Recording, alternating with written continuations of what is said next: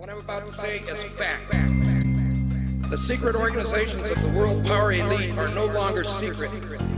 They have planned and are now leading us into a one-world communism. ODDTV. Take a journey with me deep inside the rabbit hole. Wake up, my friends, there's some things that you have to know. Everything you ever thought you knew, it has to go. For instance, NASA is the world's largest magic show.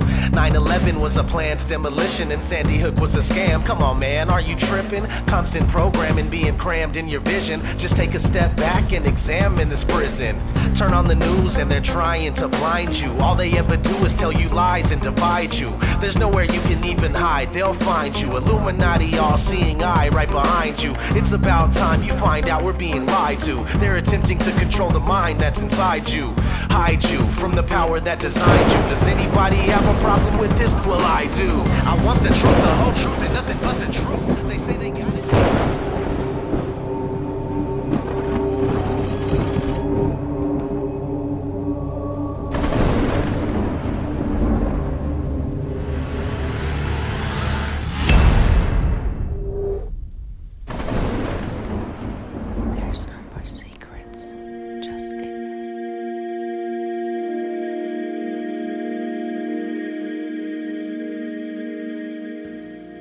The more humanity strays from its origin, the more we deny our bond with nature, the farther from perfection we become. We are the only creatures on the planet that use symbols in reference to something else. We use symbols for absolutely everything the mind can conceive of. There is at least one word or icon or gesture to insinuate everything our five senses can detect and then some. But along with this beautiful gift comes a flaw. Most people are unwilling to seek and create their own interpretations of these symbols. Instead, they blindly submit to preconceived definitions and connotations given by sources unknown. Because of this, many things have been predetermined in our understanding of life without our knowledge. Words can be perverted and used to manipulate rather than to inform. Symbols can be used to segregate rather than unite. And those given the responsibility and authority to disseminate information to the public possess the ability to do with it what they choose. Listen carefully. In the prediction that humanity will lose the awareness of their true bond with nature by means of external possessions, this is where ego and domination became the predominant ambition of the civilized world. Not surprisingly, this time frame was precisely when the worldwide coordination of Pope Gregory XIII forced the 12-month calendar as well as the first mechanical clock onto indigenous peoples. This is what's known as the error in time. Before the inception of the two instruments by the Roman Catholic Church, each year was divided into 13 moon cycles with 28 days each. But the most detrimental part of these two instruments is the insinuation that time was something external, something inorganic and outside the body that we must watch and obey. The 7th century Mayan prophet Pacalvatan left a powerful message for future generations of evolution. If humanity wishes to save itself from biospheric destruction, it must return to living in natural time. He also foretold of our accelerated technological society and of the damage of our collective divergence from natural law in exchange for material values. Astrology and the studies of the heavens are as old as civilization. Throughout the past several thousand years, new religions have all but replaced the pagan religions of prior years. Man has been so thoroughly fascinated with these objects in the sky that they formed constellations from them and applied stories to them. In Greek mythology, these were personified as the gods. We notice in the structures that still stand to this day that the most ancient of civilizations put forth more wealth, power, time, and effort into the locations of the stars than any other practice. This is commonly written off as simple curiosity. It is a common misconception that the pagan religion is rarely practiced today. In fact, paganism in its evolution is the most widely practiced form of religion. You may ask yourself how this is possible. The answer is hidden in nearly all of our current popular religions. But who would have the power and the desire to integrate a seemingly long-gone religion into such popular opposite denominations?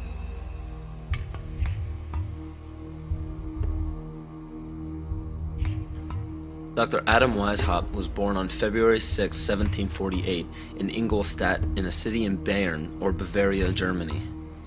This interesting character was the son of a rabbi and converted to Catholicism after his father's death. After studying French philosophers such as Voltaire, he supposedly learned the teachings of Satanism in the French royal court. World-famous central banker Mayer Amschel Rothschild of the Rothschild dynasty chose Weishaupt to create the Coven of Golden Dawn, which to this day is Rothschild's private coven. Amschel Rothschild, for those who are unaware, instigated the American Revolution, America's supposed liberation from Britain. Rothschild instructed Weishaupt to create the Ancient Illuminated Seers of Bavaria. This is better known as the Order of the Illuminati. The name in Luciferian teachings means the bearer of the light, the illuminated, or the enlightened one.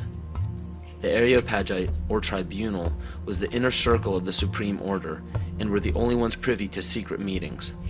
In Nesta Webster's book, The World Revolution, she states, "The art of Illuminism lay in enlisting dupes as well as adepts, and by encouraging dreams of honest visionaries, or the schemes of fanatics, by flattering the vanity of ambitious egotists, by working on unbalanced brains, or by playing such passions as greed and power to make men of totally divergent aims serve the secret purpose of the sect.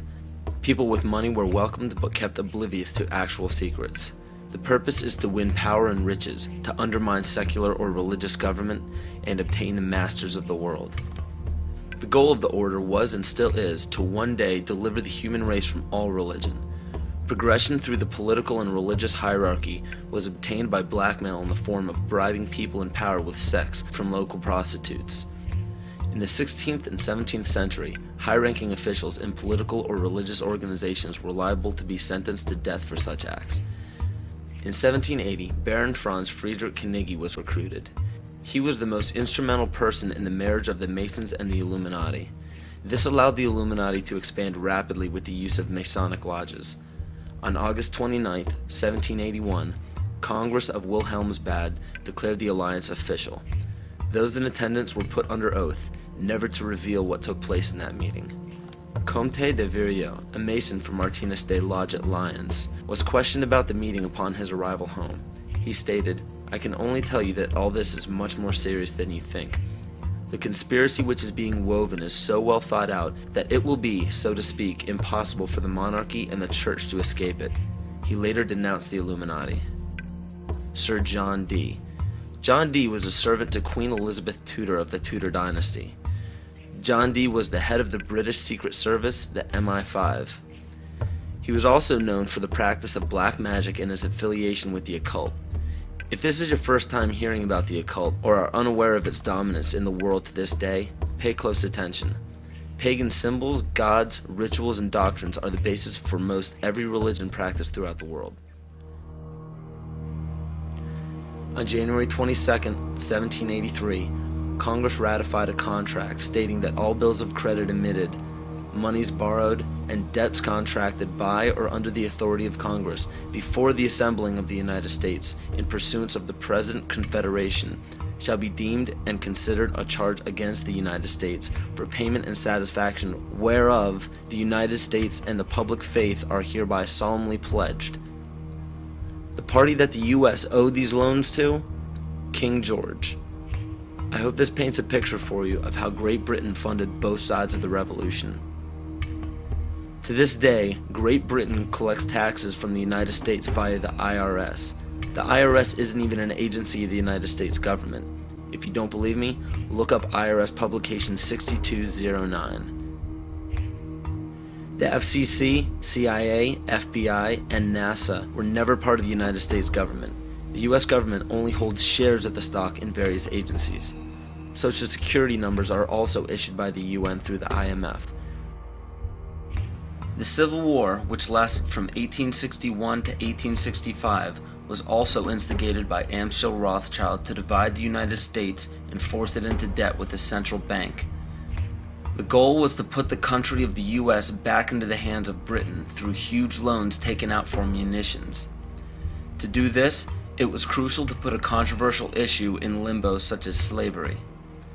Knowing full well that the Declaration of Independence would create an uproar among southern states that depended heavily upon slave labor, it was signed in Philadelphia, Pennsylvania by 35 people, 33 of whom were Freemasons. John Brown was a Mason and a Rosicrucian who was brought to power by William Lloyd Garrison and Senator Charles Sumner, both descendants of the Illuminati bloodline. With the help of the New York Times, John Brown was built up to be a hero in the anti-slavery movement. Ulysses S. Grant, former president, was born Hiram S. Grant. This name was given to him by his father, Master Mason Jesse Root Grant. Jesse Root Grant worked for John Brown's father and then went on to work for E.A. Collins, one of the 13 Illuminati bloodlines. Ulysses S. Grant was brought to power rapidly with help from Collins. From April 1861 to May 1864, Grant went from the rank of private to commander-in-chief of the entire Union Army. Once Grant was appointed president, his cabinet consisted of 8 Freemasons, including Alphonso Taft, which was William Taft's father, who was also an ancestor of Bill Clinton. Jonas Mills Bundy was one of the 13 Illuminati bloodlines, who was also the presidential advisor to Grant as well as the next 2 presidents. And cabinet member Columbus Delano was Franklin Delano Roosevelt's grandfather. In November 21, 1933, President Franklin Roosevelt wrote, "The real truth of the matter is, as you and I know, that a financial element in the large centers has owned the government ever since the days of Andrew Jackson." Abraham Lincoln's father was A.A. Springs, who was part of the Rothschild dynasty. Lincoln's half-brother worked for Louis Cass Peyser in the Merovingian dynasty, which was the 13th Illuminati bloodline. Peyser also owned Jekyll Island, which was where the Federal Reserve Bank was created. In the mid-1800s, Abraham Lincoln and the Whigs were trying desperately to keep Andrew Jackson from establishing a gold standard called the Independent Treasury System. Lincoln and his party fought to set up a central bank, making such public speeches as, "Under a gold and silver standard, all will suffer more or less, and very many will lose everything that renders life desirable." This statement resounds elements of scare tactics in this speech and other speeches on the matter given by Abraham Lincoln. They give no real evidence or explanation. In the early 1900s, after a failed attempt for Woodrow Wilson to set up what was called the League of Nations following World War I, Wilson and his advisor, Colonel House, set up the Institute of International Affairs. This institute had 2 branches, one set up in England called the Royal Institute of International Affairs, and the Council on Foreign Relations was incorporated as the American branch in New York on July 29, 1921. Founding members include Colonel House, J.P. Morgan, John D. Rockefeller, and a few others. A national income tax was declared unconstitutional in 1895 by the Supreme Court, but a constitutional amendment was proposed in Congress by Senator Nelson Aldrich. This makes much more sense when you notice that Nelson Aldrich was also known as being the authentic voice of J.P. Morgan, and later married into the Rockefeller family. Today, 27 to 35% of American workers' pay is taxed, and this money goes to a central bank called the Federal Reserve, or the Fed. For those of you who are unaware of the Federal Reserve Bank and what it is capable of, it is a non-government-owned bank that provides the U.S. with all of its currency. They control the inflation rate by the amount of money in circulation. Yet the most amazing aspect of the central bank is the suspension of specie payments, in which the Fed can refuse to pay their obligations, yet taxpayers must pay their debts or go bankrupt. In other words, the suspension of specie payments is the central bank's right to breach a contract with no penalty whatsoever. In even simpler terms, it's called theft. How is it that the Fed is allowed to breach any contract they wish without penalty from the government? The answer is simple. The Federal Reserve Bank has power over the government instead of under it. Carroll Quigley, Bill Clinton's mentor while at Georgetown University, wrote of central banks, "They want nothing less than to create a world system of financial control in private hands, able to dominate the political system of each country and the economy of the world as a whole, controlled in a feudalist fashion by the central banks of the world acting in concert, by secret agreements arrived at in frequent private meetings and conferences." It is important to note that nearly all of the founders of the Federal Reserve Bank were involved in the conception of the Council on Foreign Relations. Since 1934, when the Fed was established, almost every United States Secretary of State, all Secretaries of War or Defense since Henry L. Stimson, almost every head of CIA since Allen Dulles, nearly all presidential candidates, Dwight D. Eisenhower, JFK, Richard Nixon, and Bill Clinton were members of the CFR. George Bush Sr. was actually the CFR director from 1977 to 1979. Understand that all of these high-ranking government positions were lobbied into place by the organizations set up by the international banking cartel. There are secret meetings held everywhere by many of the same members in the Trilateral Commission, the Bilderberg Group, the Club of Rome, the United Nations, and the two branches of the Institute of International Affairs. These groups make up what is known as the Round Table, developed by Cecil Rhodes.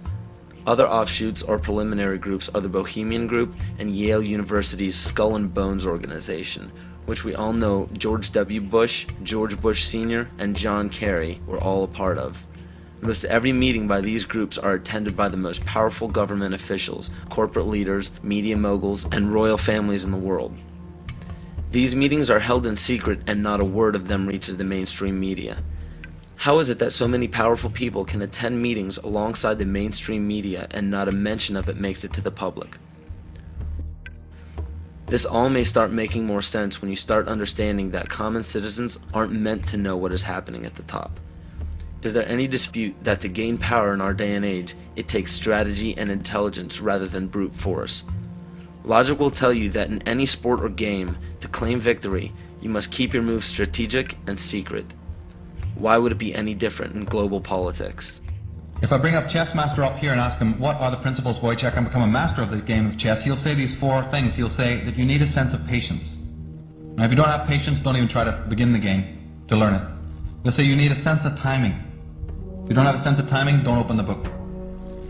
You have to have knowledge of your opponent, right? And then the fourth one that they'll tell you is that you need to have the willingness to make any and all sacrifices. Now, ladies and gentlemen, why are the dark side winning the game? It's because they've got infinite patience. They've been working on one thing for 50,000 years. I call that patience. They got a brilliant sense of timing because they know all about the astrology and the divination that we forgot, that our agricultural ancestors all knew about. Well, we're with the Julian calendar and we're not interested in any of that stuff anymore. We're slaves of the watch, but we don't know about the higher time to rule our own lives by. They have amazing knowledge of you, right? They have intense knowledge of us, their enemies. And the fourth one is the clincher, isn't it? Because they're willing to make any and all sacrifices when and wherever they need to do it. George W. Bush is a direct descendant of Godfrey de Bouillon. The Bouillons were servants of Pope Gregory VII and led the European noblemen into the crusade in order to recapture Jerusalem from the Islamic faith. He became the first king of Jerusalem and Duke of Lower Lorraine, which was known as a major region for the bloodline linked to the Illuminati. Bush is closely related to every European monarch. He is the 13th cousin of Queen Elizabeth and Prince Charles. He also has kinship with every member of the British royal family, the House of Windsor. The House of Windsor is known for abandoning their German names after World War I due to criticism of the people. A lesser-known fact about the House of Windsor, however, is the heavy funding contribution to bring Adolf Hitler to power in the rise of World War II. The swastika is actually a symbol of the sun, referencing to the sun order of the occult. The word Nazi is actually Nazi, one of the Anunnaki children of Mother Goddess Ninharsag in the Sumerian texts. And even the word Holocaust is actually Yiddish for burn, sacrifice, offering. Heinrich Himmler was the commander of the SS and one of the most powerful men in Nazi Germany. Himmler was a seventh-ray occultist and was very influenced by the book Astara by George Luns, who was an Austrian mystic. This occult book mapped out the plan for a cleansing of ethnicities and bringing about one race, and to revive the ancient tradition of the Knights Templar of the Middle Ages. The Knights Templar were a group largely killed off by the French monarchy. The remaining Templar created many Masonic orders and secret societies throughout Europe, from which the Illuminati is believed to have originated. It's important to note as well that the Bush family's ancestor, Godfrey de Bouillon, was a Holy Templar himself. To this day, every single United States president, with no exception, has a direct bloodline relation to British monarchs. And on December 20th, 1993, George Herbert Walker Bush was knighted by the Queen of England as a Knight Grand Cross of the Most Honorable Order of the Bath for his leadership in the Gulf War.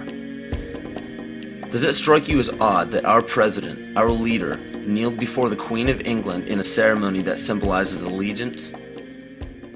All of this is part of an ultimate goal of the mystery religions. The mystery religion is the paganism we've been talking about all along. But the pagan religions known to the public today are nowhere near as involved as the mystery religion. It is much less confusing than you think. Try to imagine this practice as less of a religion and more of an ambition. The ambition is to reach enlightenment. There is no superhuman intelligence or fantasy involved in this. The gifts of God are very simple. Omnipresence. The power of one being or consciousness to be everywhere at once. Omniscience. The power of knowing everything that can be known. And omnipotence. To have unlimited power. We see all of this today. It cannot be denied.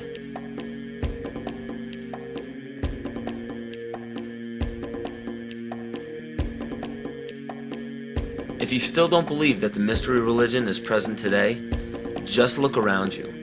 There are literally thousands of statues and emblems of ancient religions on every political establishment. Even on military uniforms, these symbols are found everywhere, but not only in our country. The same emblems are found on every nation's military uniform. And why would this be? Because a life taken at a chosen time, place, and a specific manner, it becomes a sacrifice. And to further illustrate this point, on March 20th, 2003, President Bush launched a bombing of Baghdad at 5:50 Baghdad time. This lasted into March 21st, but according to the mystery religion, this date is known as the Eve of Ostara, more commonly known as the spring or vernal equinox. Occultists worship the goddess of the earth, Gaia, on this day. The Druids knew this date as the spring fertility rite, the day of feast. The war was promptly ended on May 1st, 2003. This date is known in the Druidic calendar as Beltane, or Walpurgis Night. It was named after Saint Walpurga, who was the pagan goddess of fertility. From March 20th to May 1st, the pagan ritual is to give blood to the earth and renew life to the goddess of fertility. What better time frame to declare a bloody war on the days of a ritual sacrifice and end it exactly when the pagan ritual ends? The parallels are uncanny. These are all facts written in many different sources around the world and are available to anyone to discover. Now you know why they're out to destroy you. Today there is so much confusion about what Christianity is, because everything I thought that was Christianity, I found out wasn't. If this continues, there will be an overthrow of all things. Yea, this change and overthrow is deliberately planned. There is nothing going on today in the United States of America by accident. Nothing. There is nothing going on in the Catholic Church today that's happening by accident. They were acting on an ancient hope that is meant to be fulfilled. If you understand esoteric writing, what you do is you try to confuse so the common people like you will not understand what's said. So you take an idea and you put it at the beginning and the end of the sentence, and then you intersperse all sorts of things in the middle to confuse common people like you. And it all goes back to these ancient times and tapping into the mystery religions.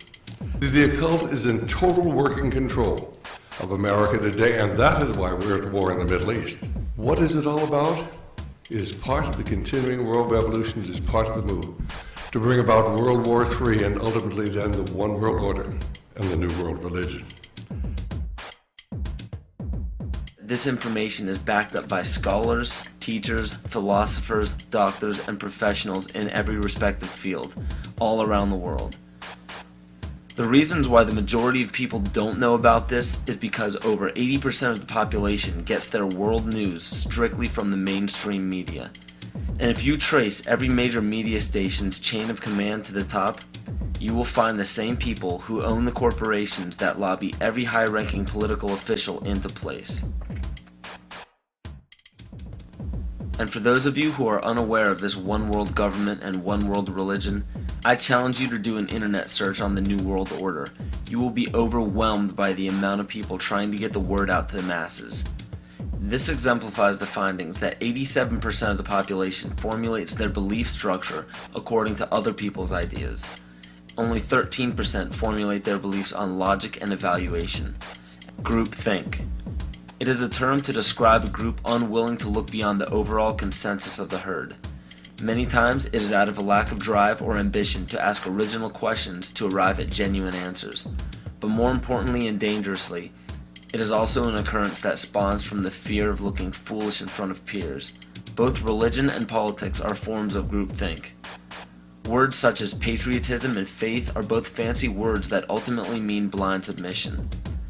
Supposedly, it is considered heresy or unpatriotic to question the words of your leader. So the fear of upsetting the superior higher power has forced the herd to practice groupthink regardless of what it leads to. And one of the greatest examples of groupthink is the stigma given to conspiracy theories. The phrase conspiracy theory gives a distinct impression to the average person. The JFK assassination, Area 51, Roswell, government cover-ups, strange disappearances. These subjects probably sound a bit too fantasy for the average person, and it's quite understandable. They're supposed to sound made up. Throughout the mistranslation of time and embellishment of these stories, facts were added or omitted. Some may be true and some may be false, but one thing is for sure. If a global secret needed to remain hidden yet began emerging among the public, the best cover-up is to embellish or alter the story until it sounds ludicrous. So what happens when the secret involves the government and the government has intimate ties to the mainstream media, and the mainstream media, as said before, has been proven to sway at least 80% of the public's opinion? The logic is undeniable. Media in every form is put in place to make people feel stupid for even keeping an open mind towards conspiracy theories. Movies, books, fairy tales, and folklore are all tools to make the average person feel insane for supporting or believing in a conspiracy. And why shouldn't they? Our leaders have no problems telling us not to investigate or believe in these theories. Let us never tolerate outrageous conspiracy theories concerning the attacks of September the 11th. Malicious lies that attempt to shift the blame away from the terrorists themselves. The most basic of pagan practices is the control of human population to have a perfect balance between man and nature. The goal is to bring the population down to 500 million, which is over a 90% reduction in humanity. Open your eyes today as if you've never seen the world before, and you will begin to notice that the goal of population reduction is everywhere around us. Let me assure you that absolutely nothing that I'm going to tell you is exaggerated, is interpolated, or is imagined. Everything I'm going to tell you is documented. He who controls food controls the world. Well, they said in 1962, we're going to work toward total global implementation of Codex Alimentarius. Now, Codex Alimentarius Commission is administered by the World Health Organization, WHO, and the FAO, the Food and Agriculture Organization. They fund Codex and they run it at the request of the UN. So they're mommy and daddy to Codex Alimentarius. In 1994, Codex, with no notice here in this country whatsoever, declared nutrients, put on your intellectual seatbelts, declared nutrients to be toxins. They're poisons. Under Codex, every dairy cow on the planet must be treated with Monsanto's recombinant bovine growth hormone. Furthermore, under Codex, every animal used for food on the planet must be treated with subclinical antibiotics and must be treated with exogenous growth hormones. If you do the numbers in the WHO-FAO projections, the epidemiological projections, they estimate, not I, that just the vitamin and mineral guideline alone will result in a minimum of 3 billion, that's B, bad, big, billion deaths. The UN has put out dozens of public documents where they're calling for an 80% world population reduction. In fact, at the Beijing Women's Conference, the World Conference, back in 1997, the head of the UN Food Program said, "We will use food as a weapon against the people." 66% of United States residents' public water is fluoridated. It is known to have tremendous effects on bone cancer, joint problems, bone weakness, lowered estrogen and testosterone levels, and dental fluorosis, which is yellowing of the teeth and pitting in the enamel. Wouldn't it make more sense to enhance public water with vitamins which are meant to be ingested to promote overall health, rather than putting such a toxic chemical in our water with a bogus explanation that it will improve our dental health? Something doesn't seem right about this. Do you honestly believe that these companies care deeply enough for the people to spend large amounts of their own money to fluoridate public water when the people already purchase their own toothpaste? But there's a difference between toothpaste and drinking water. We don't ingest toothpaste. If you go to any hardware store and look at any rat poison product, you will only find one ingredient: sodium fluoride. It is the most toxic ionic molecule outside of potassium dichromate. Now Dannon, along with other companies, have begun fluoridating bottled water. It is becoming increasingly difficult to get away from. And the fact that fluoride is also used in many prescription antidepressants shows that it eliminates aggression and motivation in people. Fluoride, to my knowledge as a physician, has absolutely no biological benefit whatsoever. But one of the significant things is that the Russians carried out all sorts of experiments on the people living in the Gulag. One of them, of course, was to fluoridate the water. Why? You fluoridate the water, why people are not as aggressive as they ordinarily would be. In fact, what is the active ingredient in Prozac that is so widely distributed in America today? Why, it's a fluoride compound. And now we are finding that public water nationwide is showing up with arsenic, lead, cadmium, and thermonium, which is a radioactive form of lead. Cancer, lowered sex drive, birth defects, sedation, and brain defects.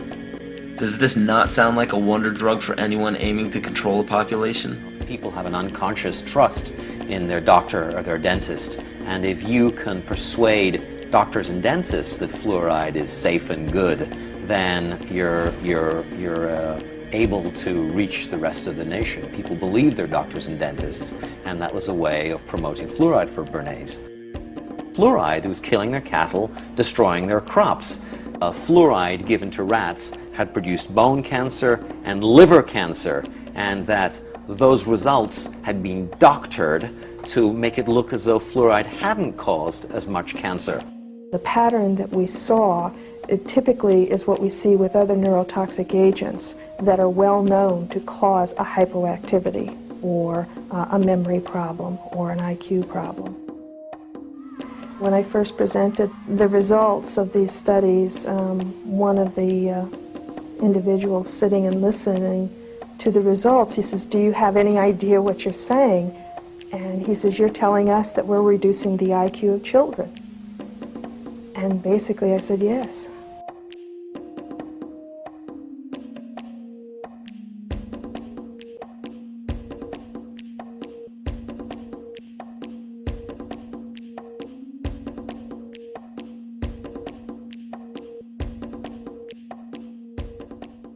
You see, the plan behind sustainable development includes population control. It's a program for land use control, education control, and population control. The leaders of the sustainable movement say that the world's human population should not exceed 500 million people. That's a 93% reduction. of today's population levels. In 1992, while the Rio conference was going on, George Bush, then president, was there. He was just offshore in Prince Charles's yacht, where he executed the Agenda 21 protocols on behalf of the United States and brought it back to Washington, D.C. Within a year, Bill Clinton, by executive order, established the President's Council for Sustainable Development. In 1996, Bill Clinton set up the President's Council on Sustainable Development. One of the dictates of Agenda 21 is that every country in the world is to set up a national council to oversee the implementation of Agenda 21. The question is then, how do they do it? How in the world are they getting this agenda from the international level down to the local level? Well, they've got a plan for that too. Now, on the environmental side, there's probably a number of different plans, but from the environmental side, you have an organization called the IUCN, the International Union for the Conservation of Nature. Been in existence since the United Nations was created. It's not part of the United Nations Charter. It's a scientific advisor to the United Nations.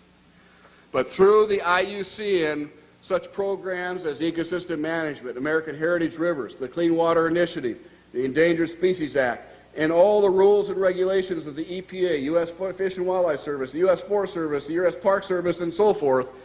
In a biocentric approach, says the IUCN, the rights of nature are defended first and foremost on the grounds of the intrinsic value of animals, plants, rivers, mountains, and ecosystems, rather than simply on the basis of the utilitarian value or benefit to human beings. In other words, nature comes first. Nature's needs comes before man's needs. In a religious context, it's called pantheism, the belief that nature is God. It goes on to say, even worse, people are then members of a community of beings, like human beings, living and non-living. So a rock is now elevated up to the status of a human being, and they are both equal in the eyes of this belief system. In contrast, they go on to say a reasonable estimate for an industrialized world society at the present North American material standard of living would be 1 billion people. So if we wanted to maintain our current standard of living, we would have to reduce the Earth's human population by somewhere around 70%. In 1970, just 3 years after the publication of the Iron Mountain Report, which calls for, if we're going to create a world government, we can no longer use war as a mechanism to cause fear amongst populations and therefore allow us to control the behavior of populations through fear. And they settled on, in 1967, in their publication called the Iron Mountain Report, the environmental holocaust. In 1970, 3 years after that publication, Foreign Relations began to publish a series of articles describing the ecological holocaust that was facing the world. And in this particular issue, the first issue done by George Kennan to prevent a world disaster, where it sums up in 3 points that the eco-crisis is a global threat so great that it endangers all of life on Earth. Those who deny global warming are just flat out wrong. Ellen Goodman from the Boston Globe wrote, "Let's just say that global warming deniers are now on par with Holocaust deniers." Scientists silenced for questioning the threat of global warming. I know that I've had several friends who have essentially been told that if you speak out on climate change, you must do so as an independent citizen. If you do so through our organization or through our institution, you will essentially be fired. Aurelia Pecci, who actually created the Club of Rome, and it's the inner circle of the global elitists, in 1991 stated that while searching for a new enemy to unite us, we came up with the idea that pollution, the threat of global warming, and the like would fit the bill. All of these dangers are caused by human intervention. The real enemy then is humanity itself. To put this to you bluntly, global warming is a complete fallacy. Al Gore received the Grammy and the Nobel Peace Prize for a film that is filled with holes and mistruths. Ice cores taken 2,000 meters below the surface have enabled us to look at the last 160,000 years. We believe that in Greenland, the medieval warm period was about 1.5 degrees warmer on average than today. and they also show consistently warmer temperatures thousands of years ago before man-made greenhouse gases existed. Approach our time, we can see that in the period between 4,000 years ago and back to the period 2,000 years ago, which is actually the Roman age, the temperatures have been decreasing in Greenland by 2.5 degrees. Al Gore is made out to be a revolutionary figure attempting to save the planet, which is quite true. He just doesn't mention the fact that saving the Earth doesn't involve you. According to his agenda, it will result in massive land repossession and extreme limitations on food and water and fossil fuels for the public. And please note that Al Gore is a sustainable developer. The global warming lie is very popular today because it receives major media coverage and has an attractively titled goal of saving the planet. But how does this tie in with Agenda 21? The result of the 1992 Earth Summit Conference in Rio de Janeiro was the Kyoto Treaty. The Kyoto Treaty states that every country must drastically reduce the use of fossil fuels by mandate of the United Nations. Concentrations of greenhouse gases in the atmosphere are at their highest levels in more than 200,000 years. If the trend does not change, scientists expect the seas to rise 2 feet or more over the next century. Thank you very much. And as of June 2007, 172 nations and other government entities have ratified the treaty. How are they going to get you to join the new economy? They're going to say, we have a solution. You see, one of the tricks of the Illuminati is they create a problem and then they provide the solution when you beg them to. And pray tell, what will the United Nations suggest when there's a global problem? They will demand a global government, a new world order. Why do you think the UN is consistently trying to disarm the public and the nations? They don't want us to be capable of fighting back. The proof of this is in the film released by the UN called Armed to the Teeth, where it demonizes gun ownership.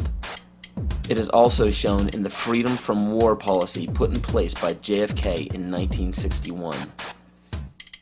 President John Kennedy went to the United Nations September 1961, and he presented the United States program for general and complete disarmament in a peaceful world during a speech, and he said, this is the official program of the United States of America. It's a disarmament program. It calls for the United States to turn over its military to the United Nations. Now, let that sit for a second. It calls for the United States to turn over its military to the United Nations. The program ends by saying progressive controlled disarmament would proceed to a point where no state would have the military power to challenge the progressively strengthened UN peace force. The UN would have all military power. There is no other way to read this publication.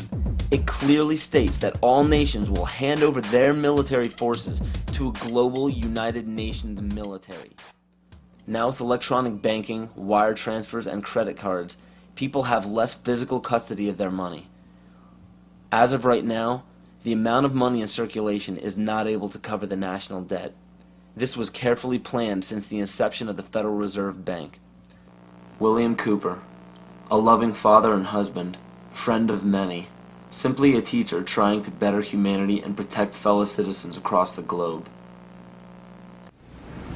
They became a mystery to the others, and the priesthood was born. No king ever existed without the permission of the priesthood. The kings never had the power and don't to this day. Kings exist at the whim of the real power, which is the priesthood standing behind the throne. It is a method of encoding information through a system of mathematics and numbers.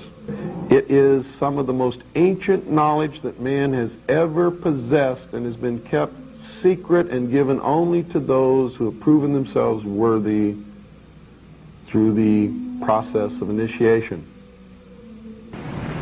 There's a method to their madness.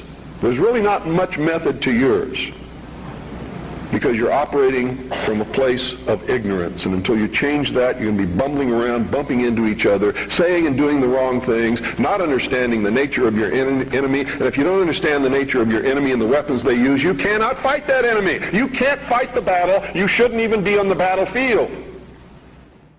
Supposedly, a CNN reporter found Osama bin Laden, took a television camera crew with him, went into Osama bin Laden's hideout, interviewed him and his top leadership, and he came out and told everybody, within 3 weeks, Osama bin Laden is going to attack the United States and Israel.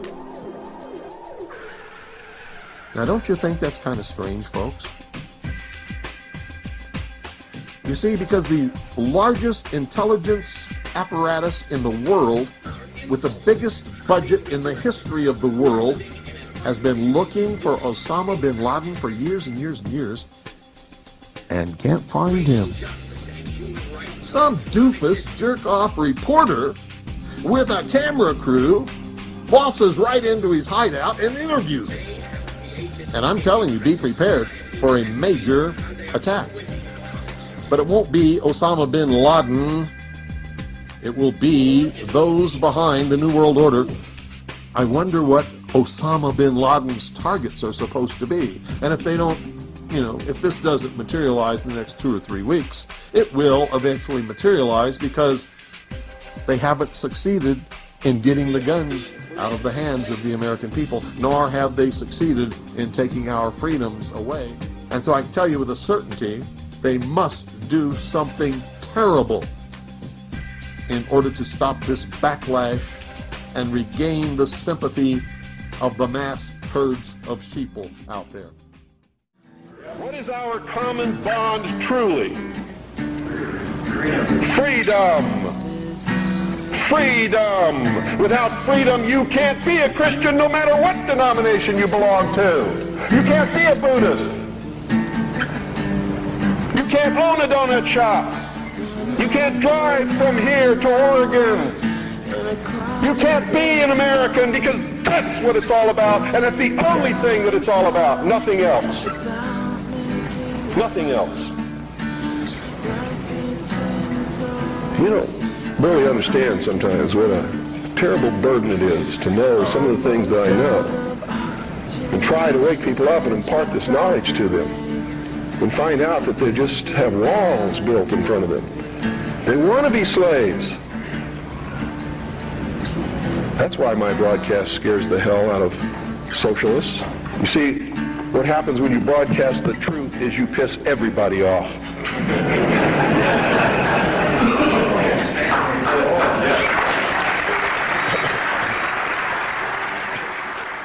We have very powerful tools on our side called the Bill of Rights and the Constitution. These documents state that no government can deprive us of our natural rights. So how is it happening? You must understand that the elite group controlling our government, our educational system, agriculture, and media are also in control of our free enterprise. Your absolute rights as natural persons are the right to life, security, and property. And all of these are very important. Remember that you can never be deprived of these simple rights unless you are willingly waiving them. But you need to understand your rights if you want to be protected under them. The true history of this planet has been stifled from the top down. Since the inception of monotheism and the ridicule as well as outlaw in specific cultures of all pagan religions and practices, a lie has been forced upon all civilizations. You have to wonder why powerful empires were threatened enough by paganism to make the practice of such religions punishable by death. This threat didn't end during the Roman Empire. Take a look at how the founders of America, by mandate of Great Britain, wiped out Native American tribes indiscriminately. Great Britain has also shown some of the most brutal forms of genocide in Africa, India, New Zealand, New Guinea, and many other locations in which pagan tribes still existed.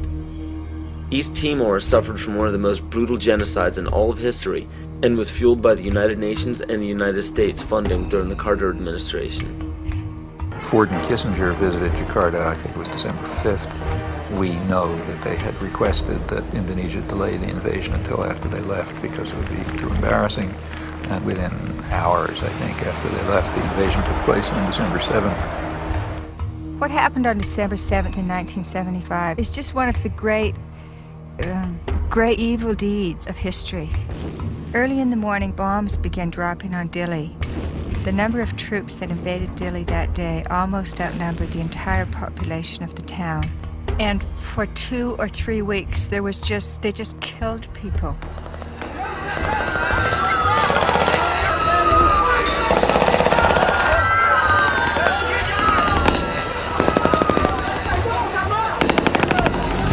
So the Timorese were fleeing into the jungles by the thousands. By late 1977-78, Indonesia set up receiving centers for those Timorese who came out of the jungle waving white flags.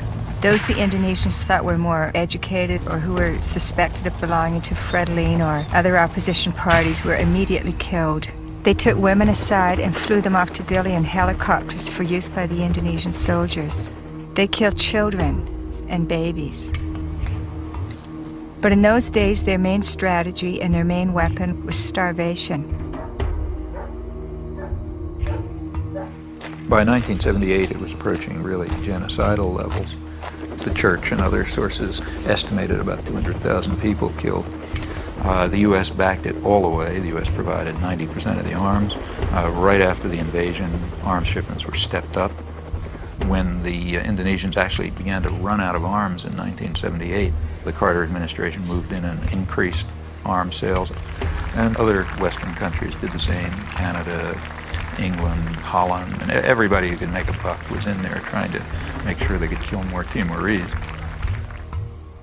It is important to note that followers of monotheistic religions are not to blame, just as not all members of Freemasonry, intelligence agencies, fraternal orders, or political organizations are part of the Esoteric Agenda that is being carried out in all upper echelons of society. Understand that most all of these problems are not by mistake, but by design.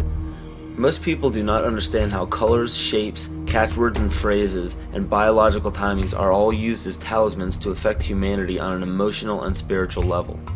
Colors are used hypnotically in every news channel and corporate advertisement. Fast food chains typically use vibrant reds, yellows, and whites in their restaurants to cause the customers to feel hurried and restless. This helps the customers filter in and out quicker to make for more customers. Fine dining restaurants, on the other hand, use very earthy, natural colors such as soft greens, blues, and browns to calm the senses and to make for a more lengthy and peaceful meal. And the same goes for the music that is played at these establishments. Specific musical notations and progressions can give relaxing or exciting stimuli to the body without our knowledge. The music industry goes even further and uses natural rhythms of the heart to map out the tempo of pop songs. This is why 72 beats per minute is used very frequently in pop music. Music is not a product of culture. In 1986, the National Academy of Science found that infants prefer consonant sounds such as perfect fifths rather than dissonant ones. This is just a small example of our natural ability to understand sound. So be very careful when placing a child in front of a TV or near a stereo. Those who believe that children cannot comprehend violence on a TV screen or aggression from music are thinking strictly with the left brain. The child may not rationally understand the words or actions on the screen, but the right brain, even in infants, can absolutely understand everything in its immediate environment because it transmits a frequency that can affect us on a subatomic level. Science has even proven that proper sonic vibrations are essential for the health of our vegetation.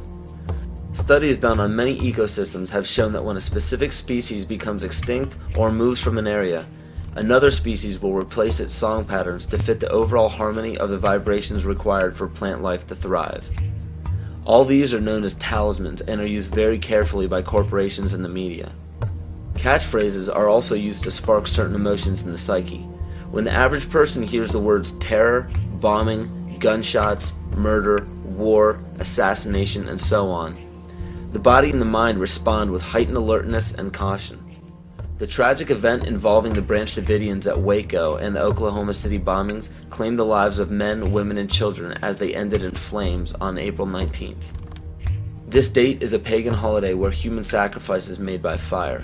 The tragic events of September 11th, 2001 happened on the Mayan calendar date of 6 epochs, which represents large-scale change. So these unfortunate events are not by chance. One needs only to look at the result of the major political decisions of the United States since the inception of the United Nations to catch a glimpse of the ultimate goal. Every major war, assassination, terrorist attack, or security weakness exposed has two specific common themes. 1. The unfortunate event makes worldwide news and scares or angers the public. And 2. The result, no matter what, is always the expansion of government and the destruction of constitutional freedoms. It doesn't matter what the excuse or the explanation is. The result always tells the truth. A child can give the greatest excuses every time he's too sick for school, but if it always happens on the day of a test, the truth is revealed by the result. The major media outlets can give every explanation in the book as to why war is declared, assassinations happen, and terrorist events take place, but if they all end up in the expansion of government and the destruction of constitutional freedoms, the truth is revealed by the result.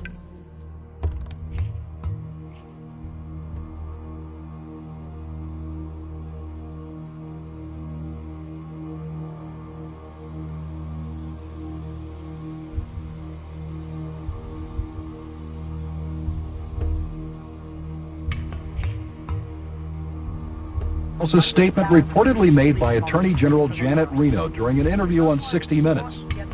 She allegedly defined a cultist as one who has a strong belief in the Bible and the second coming of Christ, who frequently attends Bible studies, who has a high level of financial giving to a Christian cause, who homeschools their children, who has accumulated survival foods, and has a strong belief in the Second Amendment, and who distrusts government.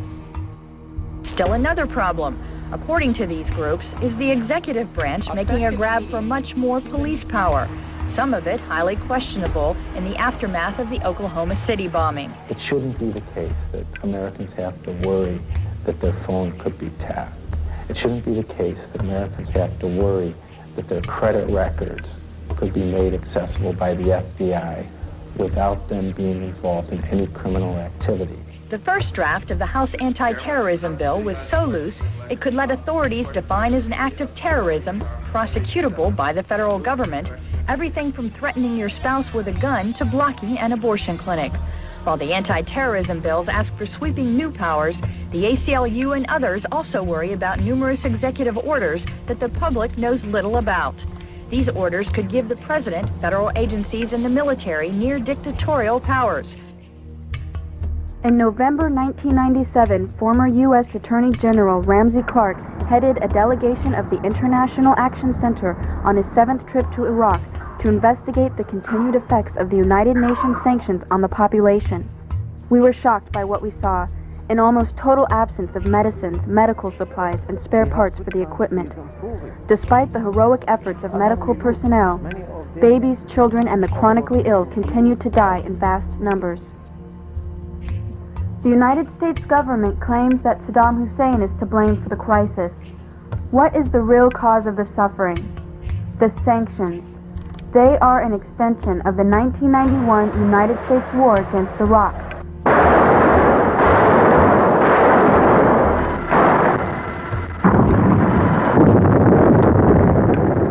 The goal was to cripple Iraq's infrastructure and make civilian life unsustainable. We demonstrated the capacity of technology to cripple a country without ever setting foot on it in the Persian Gulf. It's important to recognize that because it goes hand in hand with the sanctions. When we merely say that we flew 110,000 aerial sorties in 42 days, one every 30 seconds on the average, 24 hours a day, we ignore what we really did. Officials said the death toll was now 288, with many more to come. The trucks kept filling up and driving away, past waiting relatives who knew they might never be able to identify the bodies of their loved ones. The community of Almeria filled one of the first of many funerals with gunfire in sign of grief and fury, and with angry words aimed through foreign journalists. "My mother, she's gone," shouted this young man.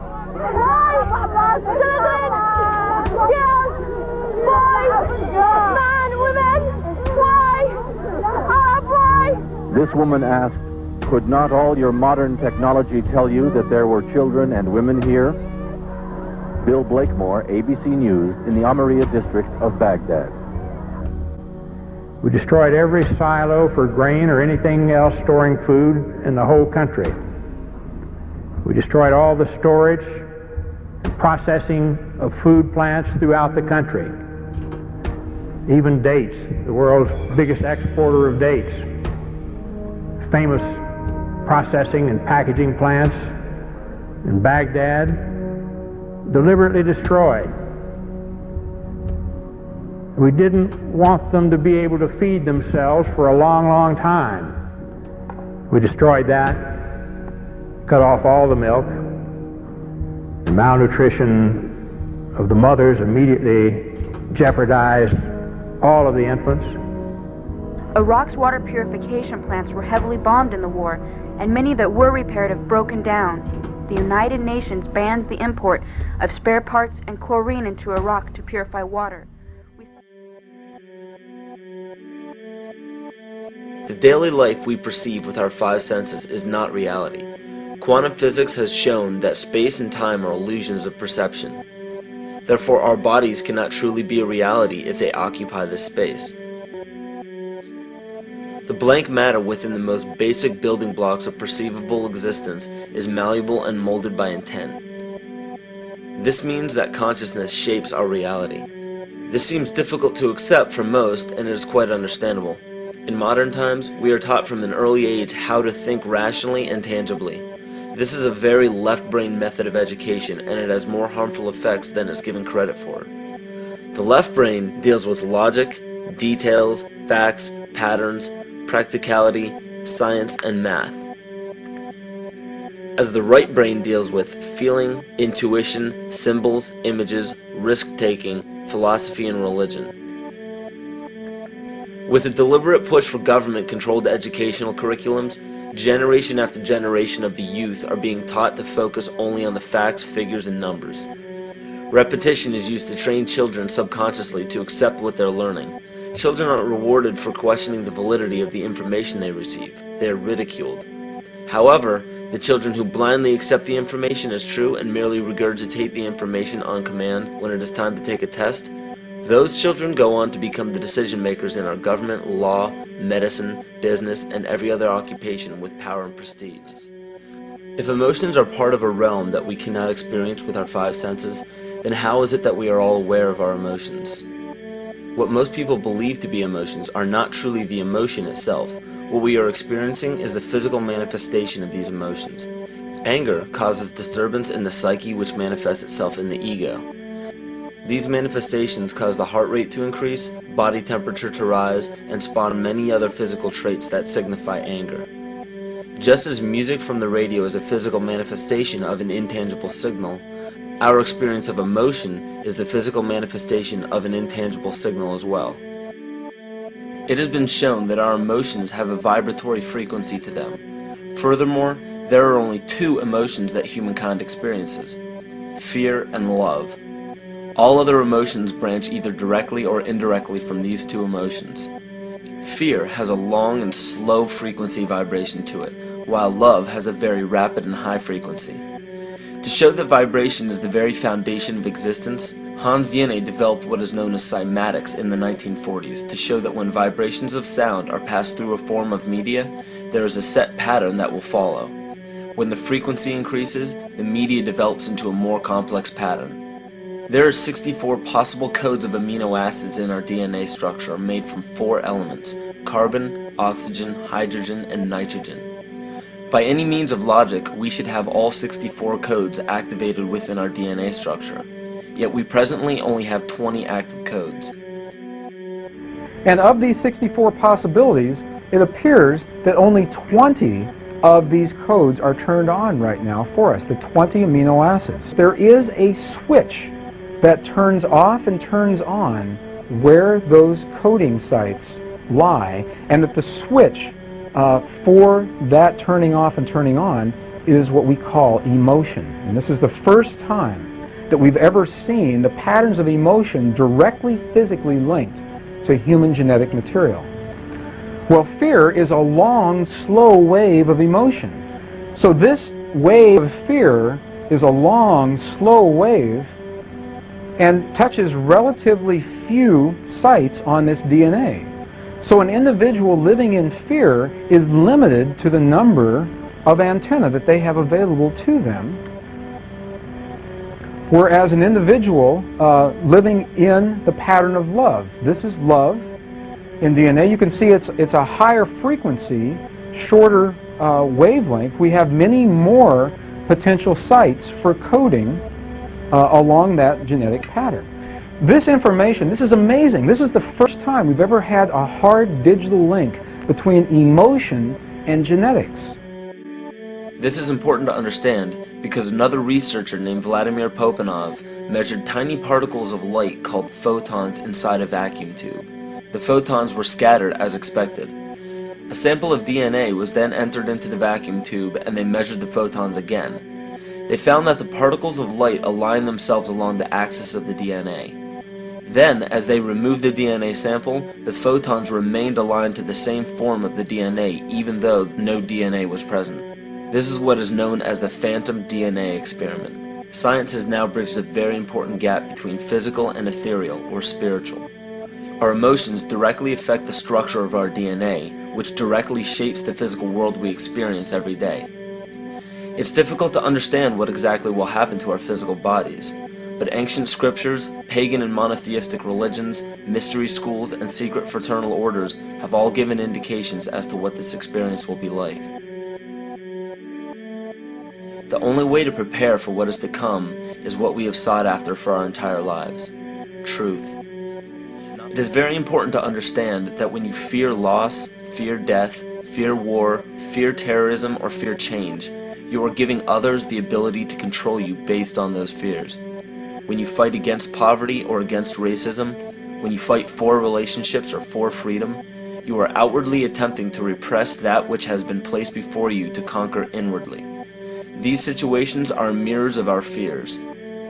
This is why it is important to love and only love. Love those who stand with you, but especially those who stand against you. If you want to understand what your true inner fears are, analyze your ambitions and your inhibitions. Everything explained here about the esoteric agenda of the elite few at the very top is nothing to fear. They have been at work for thousands of years behind the scenes to manipulate humanity, and it has worked. Until now. To understand visually how the universe is truly a hologram, a math professor at Yale University developed a formula that is plugged into a computer program. Named after him, the Mandelbrot set shows a seemingly disorganized pattern. But no matter how far you zoom into the design, you will always find the same pattern within the whole pattern. Each fractal, broken down infinitely, will always reflect the whole. When one fractal changes its pattern, the sum total of the whole pattern changes along with it. Ron Sakeley, Department Chairman, Chemistry, University of California, Berkeley, showed that DNA acts as an antenna for cellular upregulation. The primary function they taught us about what DNA is about. It's a receiver and transmitter of photons, light and phonon sound. For what? Cellular upregulation, meaning that they're water molecules, the pyramid power around the DNA spiral energizing strands are taking in the spiritual energy of love vibrations and then sending it out for manifesting, precipitating in a quantum field, the physical matter of the body. These are hertz, frequencies, or cycles per second that the musicians can retune their instruments to play and experiment with. Why? Again, these are the Creator's musical scale, the original solfeggio, buried for 3,000 years in the Bible. So the ancient priests who knew how to levitate the huge stones for the building of the pyramids and the Masonic knowledge that predated ancient Egypt, the ability to have this information, these frequencies, serve the function of creation, destruction, and miracles on behalf of the empowered people who had access to this knowledge. I say that because of this metaphor.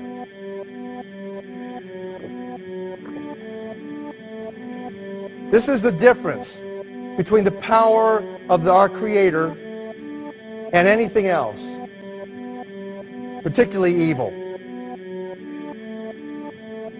That you can go into a pitch black room full of evil, full of darkness, and light a little candle, and instantly that darkness flees. But you can't do the opposite. You can't go into a well-lit room full of truth and wisdom and righteousness and joy and health and harmony with the universal power. And you can't take any amount of darkness and go into that well-lit room and have any effect whatsoever. That is the metaphor which I frequently think of when I think that I'm not empowered. It is the greatest lesson for me, and I think for everybody else, to know that we're on the winning side and that we win in the end. What I'm about to say is fact. The secret organizations of the world power elite are no longer secret. They have planned and are now leading us into a one-world communism. ODDTV. Take a journey with me deep inside the rabbit hole. Wake up, my friends, there's some things that you have to know. Everything you ever thought you knew, it has to go. For instance, NASA is the world's largest magic show. 9/11 was a planned demolition and Sandy Hook was a scam. Come on, man, are you tripping? Constant programming being crammed in your vision. Just take a step back and examine this prison. Turn on the news and they're trying to blind you. All they ever do is tell you lies and divide you. There's nowhere you can even hide, they'll find you. Illuminati all-seeing eye right behind you. It's about time you find out we're being lied to. They're attempting to control the mind that's inside you. Hide you from the power that designed you. Does anybody have a problem with this? Well, I do. I want the truth, the whole truth, and nothing but the truth.